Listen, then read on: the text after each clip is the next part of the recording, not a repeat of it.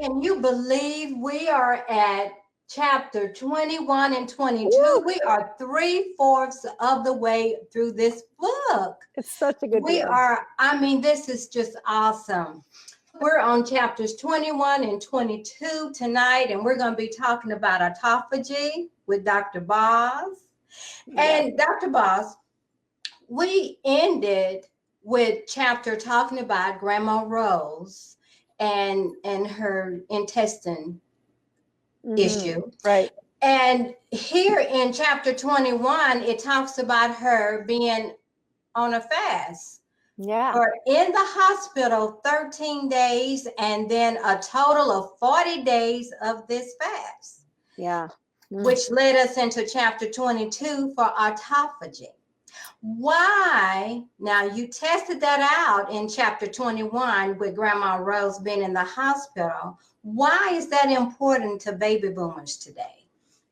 You know, it's an amazing story that I really think God puts obstacles in your way to go through a test that he's asking you to learn about or asking you to rise to the challenge.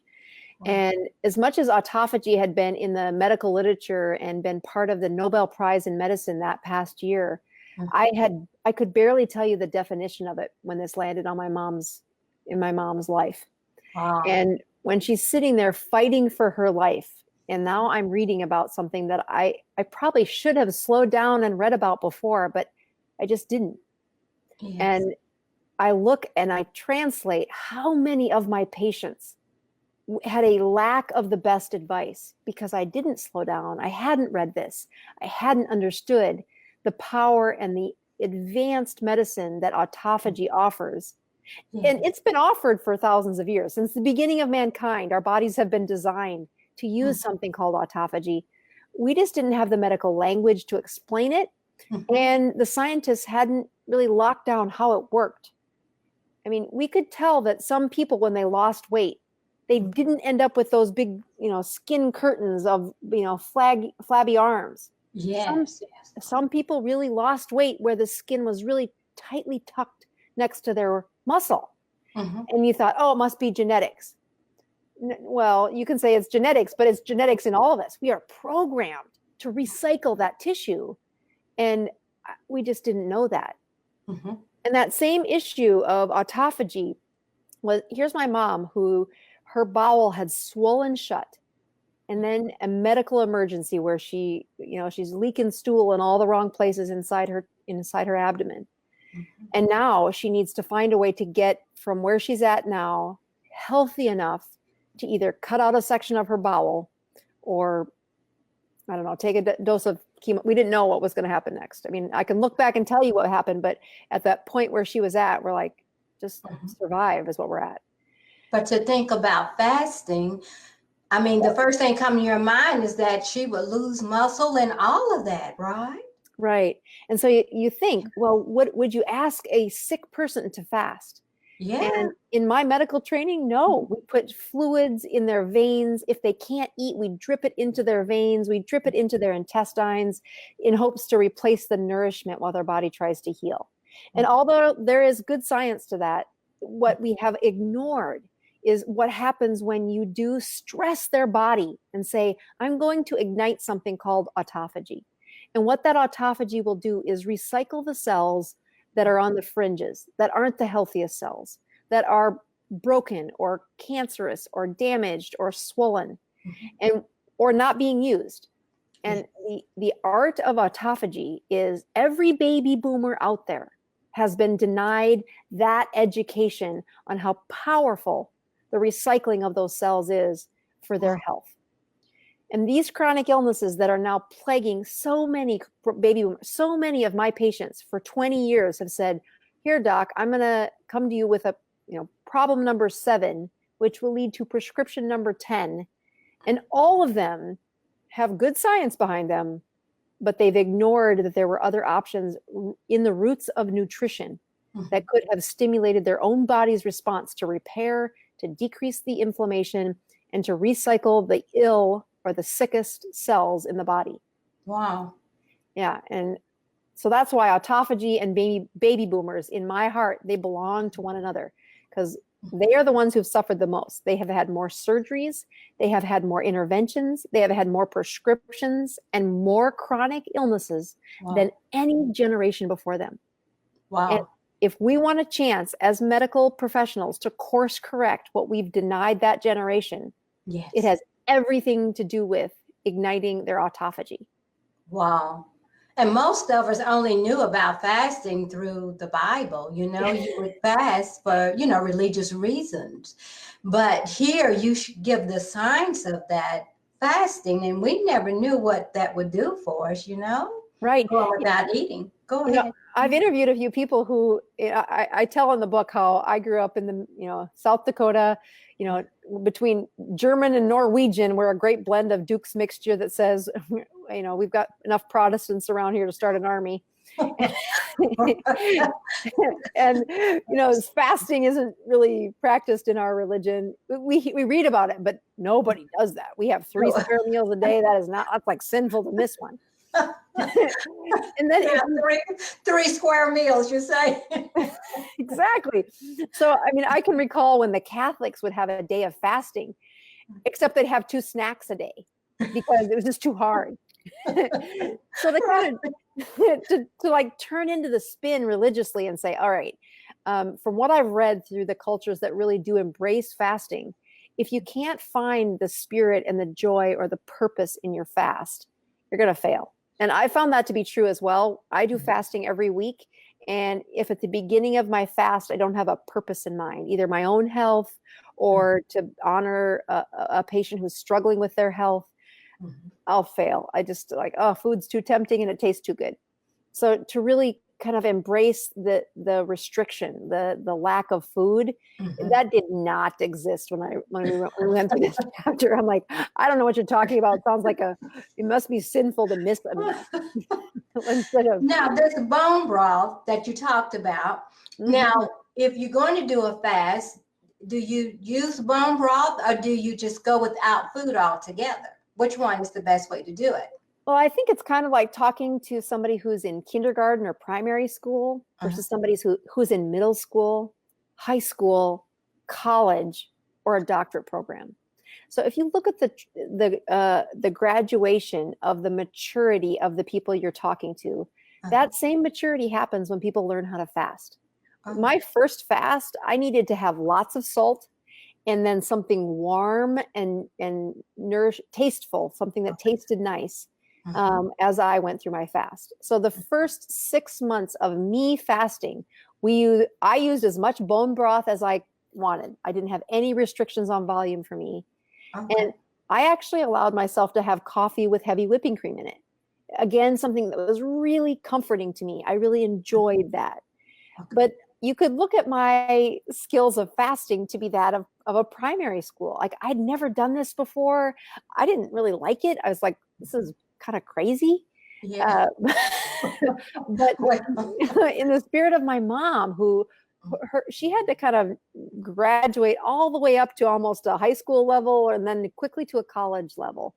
That collegiate level of fasting meant that she limited herself to 1/4 of a cup of bone broth a day. And I know that sounds like, okay, sure. No. 1/4 of a cup is really small. Like, I think I could take 1/4 of a cup down in one swallow. Yeah.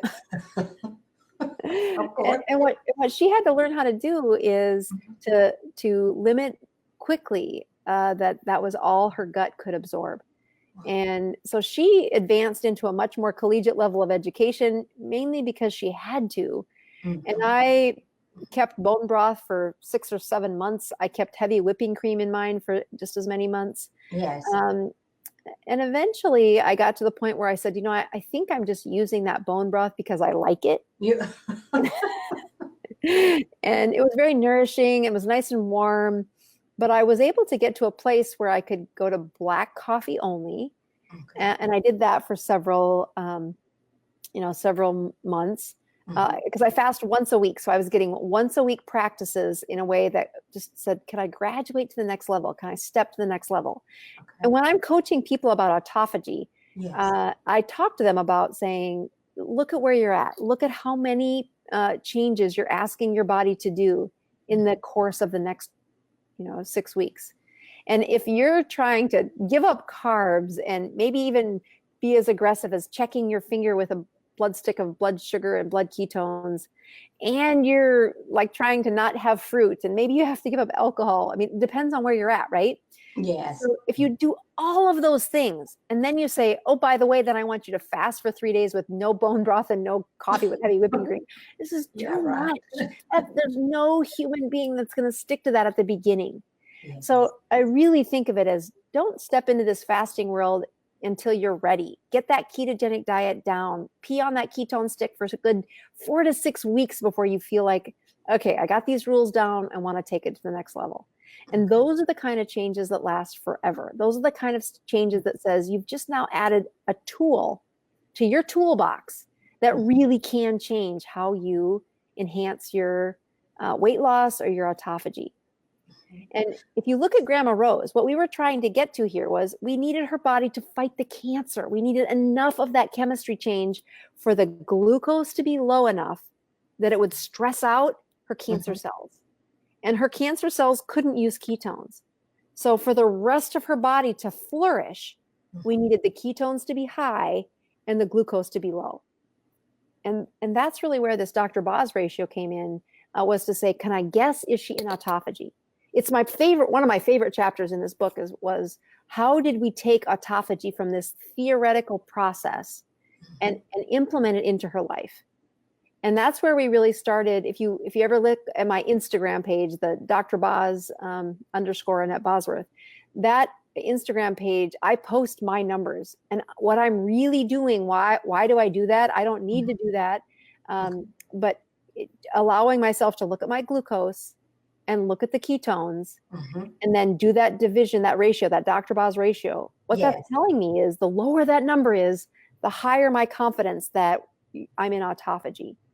And if I can get that ratio below 40, I know I'm definitely, very confident that I'm in autophagy. What is that doing to our cells? What does autophagy do to our cells? And why is it so important for a baby boomer? Yeah. So again, those baby boomers, they've had so many years. That's us. So many years of inflammation. Their body has been riddled with chronic arthritis. They've chronically carried 25 pounds to some of them 100 pounds too much for the last decade or 5 decades. And in that process, those cells that were supposed to die and be recycled, they died and then they sat there. So the garbage never got taken out. And these little deposits of garbage that never get recycled, they hurt the bones, they hurt the arthritis, they hurt the brain. When you look at folks with years of increased inflammation, carrying too much weight, and specifically having too much insulin throughout their body, they don't know that. They said, Doc, I checked my sugar, I'm fine. I'm like, yeah, but it took 2 cups of insulin to keep that sugar controlled. And that's what increased those beta amyloid plaques in their brain, which is where the Alzheimer's comes from. That's where your increased risk for Parkinson's was. They can't seem to remember quite as well as they did last decade. And that's their first little hint that you need autophagy to go in and say, hey, this garbage was never supposed to stay sitting. It was supposed to be recycled. But it can only do that when your insulin is lower. So when you do the Dr. Boz ratio, which is the glucose divided by the ketones, the lower the number, the higher the chances that you're getting autophagy and picking up the garbage that's been sitting there for years. That it is one of the saddest moments when patients come in to me and they get an evaluation of their brain that I know they have Alzheimer's. I know that this memory problem is not reversible unless they take drastic measures to decrease the inflammation and increase the ketones in their brain. And I haven't had the tools to teach them that until the last 2 years. So to think back over the last 20 years of seeing patients and the number of baby boomers that I've said, I'm sorry, we're just going to have to put you on an Alzheimer's med and you're going to get in line for the next nursing home slot. Wow. That is a sad case. It really is. And it's heartbreaking because they're not dead, but they're like zombies. They don't have a life. They don't have the vigor that should be with our living beings. So when are you in a place to where it can turn around? How do you know? Right. So, this is the hardest part is at the time I wrote this book, my mom had used exogenous ketones, or I call them ketones in a can. So you put this powder in water, you put this powder in some heavy cream, and it's got ketones in it. And our amazing scientists made this chemical in the 1960s. So it's been around for a long time. We didn't understand how powerful a ketone would be to igniting this process of recycling the body. And so when I look at, what are some of the things when patients come in, what can you do? If your mom can't remember how to get to the grocery store and you say, hey, mom, go on a ketogenic diet, that is not going to work. She's not going to remember that bread was bad. She's been told that bread was the staple of life for the last 30 years. Yes. But if you supplement herself with some ketones, not only can their brain have a chance of reawakening, but you can see improved cognition within a week of starting supplements with these exogenous ketones, these ketones that can. Yeah. Wow. I have a couple of really great articles that we're putting out just saying the research behind this has not been advertised enough. When I look at other papers, I have another consult thing I'm doing on my YouTube page where I have a type 1 diabetic, and she has had, she's been my patient since she's been diagnosed. And it's been an incredible education to, all the viewers that dial in to say, yes, a type 1 diabetic who has no chance of making her own ketones because her sugar is 300, 200. Oh my gosh. Yes. And wow. So you say, hey, you should just stop eating carbs enough till your sugar goes down to 100. She's like, what? And pause my life for the next month? I have 2 kids and a job, and like, no, let me help you.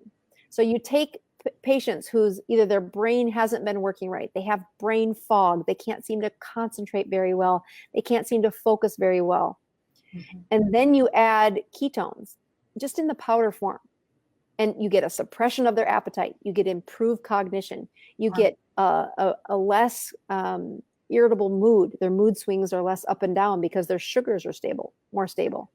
Okay. And it's those kinds of things where we're trying to say, hey, we want you to get to autophagy. We want you to get to chapter 22, because that's where your body starts to take these old kind of this junk piled around the house of your body that is not being used and say, oh, gobble that up and use it. You can actually recycle those proteins. You can recycle that nutrients that's laying in the corner clogging up things. But the only way you can do it is if that Dr. Boz ratio is less than 40 or less than 20 if you've got cancer. And those are the kinds of things that who knew that big of a transition could happen in a few short weeks when you start producing your own ketones, which is what all my healthy patients do. If you're not so healthy, if you're a baby boomer who's had this problem for 25 or 30 years, even if you didn't know it for the first 15, the fastest way to get you there is every day, twice a day, supplement with ketones for 2 weeks and watch what happens. Wow. Wow. Wow. Wow. Well, for next Thursday, you're going to be at a health summit. And you're going to be one of the speakers, one of the best speakers, I would say. Please subscribe to my channel. And don't forget to click the notification bell so you don't miss out on any new videos. Stay tuned.